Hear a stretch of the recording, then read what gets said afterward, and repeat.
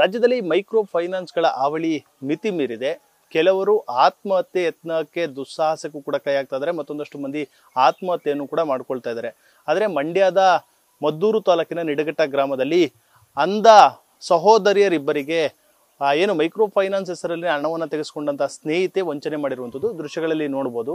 ಇವರು ನಿಡಘಟ್ಟ ಗ್ರಾಮದ ಉಷಾ ಮತ್ತೆ ರೇಣುಕಾ, ಇವರೊಬ್ಬರು ಕೂಡ ಸಹೋದರಿಯರು.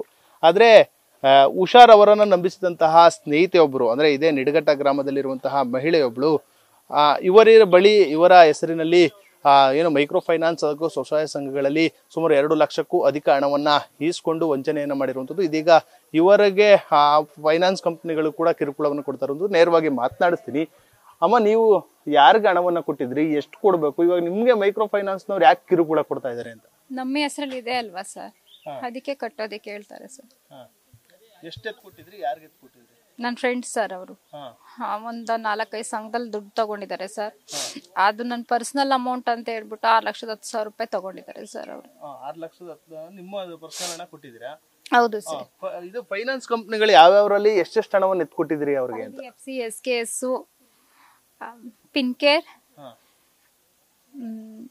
ಎಷ್ಟು ಹಣವನ್ನು ಕೊಟ್ಟಿರೋದಮ್ಮ ಅವ್ರಿಗೆ? 35,000, 50,000, 50,000 ಈ ತರ ಎಲ್ಲ ತಗೊಂಡಿದ್ದಾರೆ ಸರ್. ಒಟ್ಟು ಅಂದಾಜು ಎಷ್ಟು ಅಮ್ಮ? ಒಂದ್ 2 ಲಕ್ಷ 2.5 ಲಕ್ಷ ಅಷ್ಟು ಸರ್.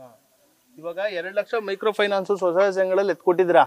ಇವಾಗ ನಿಮ್ಗೆ ಹೇಳ್ತಾ ಇದಾರ ಕಟ್ಟಿ ಅಂತ ಫೈನಾನ್ಸ್ ಕಂಪ್ನಿ? ಏನಕ್ಕೆ ಕಿರುಕುಳ ನಿಮ್ಗೆ ಕೊಡ್ತಾ ಇದಾರೆ ಅಂತ ಅವ್ರು? ನನ್ನ ಹೆಸರಲ್ಲಿ ಇದೆ ಅಲ್ವಾ ಸರ್ ಸಂಘ, ಅದಕ್ಕೆ ಕಟ್ಟಿ ಅಂತ ಹೇಳ್ತಾರೆ ಸರ್. ಏನ್ ಹೇಳ್ತಾರೆ ಕಟ್ಲಿಲ್ಲ ಅಂತಂದ್ರೆ? ಕಟ್ಟಿ ಅಂತಾರೆ, ಗಲಾಟೆ ಮಾಡ್ತಾರೆ ಸರ್. ಕಟ್ಟಿ ಅಮೌಂಟ್ ನ ನಿಮ್ಮ ಹೆಸರಲ್ಲಿ ಇದೆ ಕಟ್ಟಿ ಅಂತ ಹೇಳ್ತಾರೆ. ಅವ್ರ ಹತ್ರ ಹೋಗಿ ಕೇಳಿ ಅಂದ್ರೆ ಅವ್ರ ಹತ್ರ ನನ್ ಕೇಳಿದ್ರು ಅವ್ರೇನು ಹೇಳಲ್ಲ.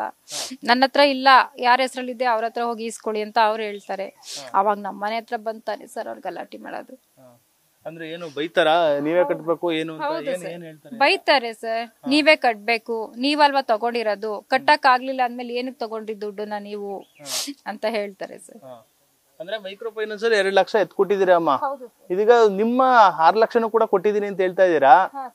ನಿಮ್ಗೆ ಈಗ ಎಷ್ಟು ಅಷ್ಟೊಂದು ದುಡ್ಡು ಹೇಗ್ ಬಂತು ಅಂತ? ನಾನು ಕೆಲವೊಂದ್ ಕೆಲ್ಸಗಳನ್ನ ಮಾಡ್ತಿದ್ದೆ ಸರ್. ನನ್ ಕಣ್ ಕಾಣಿಸಲ್ಲ ಅಂತ ಹೇಳ್ಬಿಟ್ಟು ನಾನು ಕೂತ್ಕೋತಾ ಇರ್ಲಿಲ್ಲ ಸರ್. ಹೂ ಕಟ್ತಿದ್ದೆ, ಗಂಧದ ಕಡ್ಡಿ ಮಾಡ್ತಿದ್ದೆ, ಪಕ್ಕದ ಮನೇಲಿ ಹಸು ಮೇಯಿಸ್ತಿದ್ದೆ. ಆದ್ರೆ ಇವತ್ತು ನಾನು ತಿನ್ನೋದಿಕ್ಕೆ ಹೇಗಪ್ಪ ಅನ್ನೋ ಮಟ್ಟಕ್ಕೆ ನಿರ್ಗತಿಗಳಾಗಿ ನಿಂತಿದ್ದೀನಿ ಸರ್. ನಾನು ಅಲ್ಲೂ ಕರ್ಕೊಂಡು ಹೋಗ್ತಿಲ್ಲ ಸರ್. ನನ್ ಗಂಡನ ಮನೆಯವರು ಇಲ್ಲೇ ಬಿಟ್ಟು ಹೋಗಿದ್ದಾರೆ. ನೀನ್ 6 ಲಕ್ಷನ ಕ್ಲಿಯರ್ ಮಾಡಿ ಸಂಘ ಕ್ಲಿಯರ್ ಮಾಡ್ಕೊಂಡ್ ಬಾ, ನಾನ್ ಕರ್ಕೊಂಡು ಹೋಗ್ತೀನಿ ಅಂತ ಹೇಳ್ತಾರೆ ಸರ್. ಅಂದ್ರೆ ನಿನ್ನ ಹೆಸರಲ್ಲಿ ಸಾಲ ಆಗ್ಬಿಟ್ಟಿದೆ, ಅದನ್ನೆಲ್ಲ ತೀರ್ಸ್ಬಿಟ್ ಬಾ ಅಂತಾನ? ಬಾ, ನಾನು ಮಾಂಗಲ್ಯ ತಗೊಳಕ್ ನೀನ್ ದುಡ್ಡು ಕೊಟ್ಟಿದ್ದನ್ನು ಅವ್ರಿಗೆ ಕೊಟ್ಟಿದ್ಯಲ್ಲ, ನೀನ್ ಇನ್ನೆಂತವಳಿರ್ಬೇಕು, ಗಂಡನ್ಗೆ ಮೋಸ ಮಾಡಿದ್ಯಲ್ವಾ ನೀನು ಅಂತ ಹೇಳಿ ಇಲ್ಲಿ ಬಿಟ್ಟಿದ್ದಾರೆ ಸರ್ ನನ್ನನ್ನ. ಅಲ್ಲ, ಇವಾಗ ಇಷ್ಟೆಲ್ಲ ಹಣ ಕಳ್ಕೊಂಡಿದ್ರೆ ನಿಮ್ ಜೀವನ ಹೇಗೆ, ಇಡೀ ಕುಟುಂಬ ನೀವೇ ನೋಡ್ಕೊಳ್ತೀರಿ ಅಂತ? ನನ್ ಕೈಲಿ ಆಗ್ತಿಲ್ಲ ಸರ್. ಇವತ್ತು ನಾನು ಈ ಸೂಸೈಡ್ ಮಾಡ್ಕೊಳೋ ಪರಿಸ್ಥಿತಿಲಿ ಇದೀನಿ. ಇವತ್ತು ನಾನು ಯಾರು ನನ್ನನ್ನೇ ನನ್ ಸಾಕೊಳಕ್ ಆಗ್ತಾ ಇಲ್ಲ ಸರ್. ನಾನು 1 ಟೈಮ್ ಅಡ್ಗೆ ಮಾಡಿ 3 ಟೈಮ್ ತಿನ್ನೋ ಶಕ್ತಿನೂ ನನಗಿಲ್ಲ ಸರ್. ಇವತ್ತು ಬಾಡಿಗೆ ಕಟ್ಟೋ ಪರಿಸ್ಥಿತಿಲೂ ನಾನಿಲ್ಲ ಸರ್. 1 2 ಮಂತ್ಸ್ 3 ಮಂತ್ಸ್ ಇಂದನೂ ನನ್ ಬಾಡಿಗೆನೂ ಸಹ ಕಟ್ಟಿಲ್ಲ ಸರ್. ಪಾಪ ಅವರು ಒಳ್ಳೆಯವರು ಸರ್. ಅವ್ರ ಗಂಡ ಬಂದ್ಮೇಲೆ ಕಟ್ಟಿಸ್ಕೊಡ್ತಾರೆ ಅನ್ನೋ ಒಂದು ಭರವಸೆ ಮೇಲೆ ನನ್ಗೆ ಏನು ಹಿಂಸೆ ಕೊಡ್ತಿರೋ ಮಟ್ಟಕ್ಕೆ ಅವ್ರು ನನ್ನನ್ನ ಊಟ ಕೊಟ್ಟು ತಿಂಡಿ ಕೊಟ್ಟು, ಚಿಕ್ಕವಳಿದ್ದಾಗಿಂದನೂ ಅವ್ರು ಊಟ ಕೊಟ್ಟು ತಿಂಡಿ ಕೊಟ್ಟೆಲ್ಲ ನೋಡ್ಕೊತಿದ್ರು ಸರ್. ನನ್ನ ಈಗೂ ಹಾಗೆ ನೋಡ್ಕೊತಿದ್ದಾರೆ ಸರ್. ನಿನ್ ಗಂಡ ಬರ್ತಾನೆ, ಸುಮ್ನಿರೇ, ಎಲ್ಲೂ ಹೋಗಲ್ಲ, ಅವ್ರು ನಿನ್ ಬಿಟ್ಬಿಟ್ಟು ಬರ್ತಾರೆ, ಸುಮ್ನಿರೇ ಅಂತ ಸಮಾಧಾನ ಮಾಡಿ ನಮ್ಮ ಮನೆ ಓನರು ಇಸ್ಕೊಂಡಿದ್ದಾರೆ ಸರ್ ನನ್ನನ್ನ. ನಿಮ್ಮ ಸಹೋದರಿಯರು ಅವರು ಕೂಡ ಒಬ್ರು ಅಂದ್ರು ಅಮ್ಮ, ಅವ್ರಿಗೆ ನಾನು ದುಡ್ಡು ಕೊಡದೆ ಹೋದ್ರೆ ದೇವ್ರು ನೆಚ್ತಾನ ಸರ್. ನನ್ ಗಂಡ ಕರ್ಕೊಂಡು ಹೋಗಲ್ಲ ಸರ್. ಅವ್ರಿಗೆ ದುಡ್ಡು ಕೊಟ್ಟು ಕೆಲವೊಂದ್ ಕಡೆ ಸಾಲ ಇಸ್ಕೊಂಡಿರೋದನ್ನೆಲ್ಲ ಕೊಟ್ಟು ನಮ್ಮ ಮನೆಗ್ ಬಾ ಅಂತ ಹೇಳ್ತಾರೆ ಸರ್. ಪಾಪ ಅವ್ರಿಗೆ ಇರೋದಿಕ್ ಮನೆ ಇಲ್ಲ ಸರ್. ನಾನು ಅವ್ರಿಗೆ ದುಡ್ಡು ಕೊಟ್ಟೆ ಹೋಗ್ಬೇಕು ಸರ್. ದಯವಿಟ್ಟು ನನಗೆ ನ್ಯಾಯ ಕೊಡ್ಸಿ ಸರ್. ಆದಷ್ಟು ಬೇಗ ನ್ಯಾಯ ಕೊಡ್ಸಿ ನನ್ ಗಂಡನ ಮನೆಗ್ ಕಳ್ಸಿ ಸರ್ ನನ್ನನ್ನ.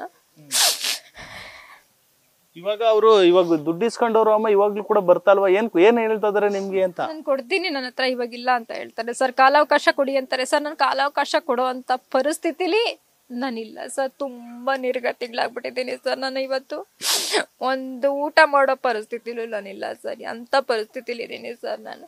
ಅಲ್ಲ, ಅವ್ರೇನೋ ಕಾಲಾವಕಾಶ ಕೇಳ್ತಾರೆ, ಆದ್ರೆ ಮೈಕ್ರೋ ಫೈನಾನ್ಸ್ ನವರು ನಿಮ್ಮ ಮನೆ ಬಾಗ್ಲಿಗೆ ಬರ್ತಾ ಇದಾರೆ ಅಂತ? ಹೌದು ಸರ್. ಅವ್ರ ಕಾಲಾವಕಾಶ ಹೇಗ್ ಕೊಡ್ತಾರೆ ಸರ್ ಅವರು, ಹೇಳಿ ಸರ್. ಇದಿಷ್ಟು ನೊಂದ ಉಷಾರ್ ಅವರ ಮಾತಾಗಿರುವಂತದ್ದು. ಅಂದ್ರೆ ಒಂದು ಕಡೆ ಆಕೆ ಹಣವನ್ನ ಈಸ್ಕೊಂಡಂತ ಆಕೆ ನಮಗೆ ಮೋಸವನ್ನ ಮಾಡಿದ್ದಾಳೆ, ಹಣವನ್ನ ಕೊಡೋದಕ್ಕೆ ಹಿಂದೇಟನ್ನ ಆಗ್ತಾ ಇದ್ದಾಳೆ. ಆ ನಿಟ್ಟಿನಲ್ಲಿ ಇದೀಗ ಫೈನಾನ್ಸ್ ಕಂಪನಿಯವರು ನಮ್ಮ ಮನೆ ಬಾಗಿಲಿಗೆ ಬರ್ತಾ ಇದ್ದಾರೆ, ಹಣವನ್ನ ಕೊಡಿ ನಿಟ್ಟಿನಲ್ಲಿ ಒತ್ತಡವನ್ನ ಆಗ್ತಾ ಇದ್ದಾರೆ.